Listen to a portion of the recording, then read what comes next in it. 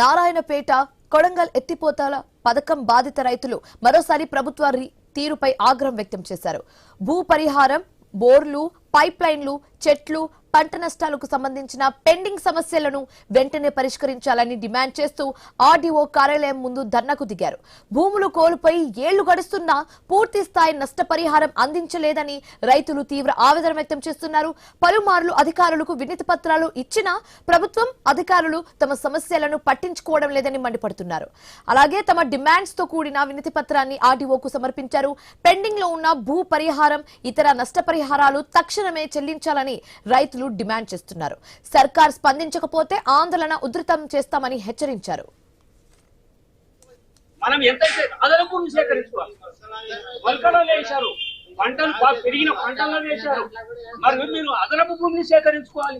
ఆ విధంగా సేకరించుకున్న భూమి కంటే అదనపు భూమిలో కూడా పంటలు వేస్తే దాని పరిహారం ఎట్లా, ఆ పంట నష్టం ఎట్లా, ఆ పంట నష్టాన్ని భరించండి. కానీ రైతులకు నష్టపరిహారం మరి రైతులకు ఇవ్వాలి. ఒక డిఏ రావాలి, ఒక నెల జీతం రాకుంటే ఎంత ఇబ్బంది పడతారు. వాళ్ళు ధర్నా చేస్తారు, వాళ్ళకి హక్కు ఉంది అని వాళ్ళు స్తంభింపజేస్తారు ప్రభుత్వాన్ని. కానీ రైతులను అడిగే నాతుడు లేదు.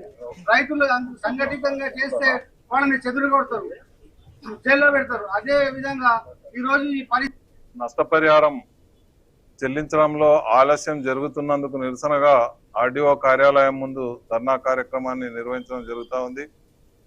ప్రధానంగా ఊట్కూరు, పేరపల్ల రిజర్వాయర్ల పరిధిలో భూములు కోల్పోయిన రైతులకు ఇప్పటి వరకు పరిహారం రాలేదు. అలాగే ఈ ప్రాజెక్టు పరిధిలో ప్రధానంగా దామరగిద్ద మండలంలోని గ్రామాలకు పైపు లైన్లు, బోర్లు, మోటార్లు, అట్లాగే చెట్లు, మరి పండ్ల తోటలు ఇట్లాంటివి కోల్పోయిన రైతులకు కూడా, ఇతర ఆస్తులు కోల్పోయిన రైతులకు కూడా ఇప్పటి వరకు పరిహారం చెల్లించలేదు. నార్పేట్, మక్కల్, కొడంగల్ ఎత్తిపోతల పథకం లోపల భూమి కోల్పోయిన రైతులు నేను ఈ సంఘ యొక్క ముఖ్య సలహాదారుని. కాబట్టి మా రైతులకు అన్యాయం జరుగుతుంది. ఇంతవరకు 4 నెలల నుంచి అధికారులు నిర్లక్ష్యం చేస్తున్నారు. మాకు భూములు పోయి వాళ్ళు అడ్వాన్స్లు ఇచ్చుకున్నారు, వాళ్ళు ఇబ్బందులు పడుతున్నారు.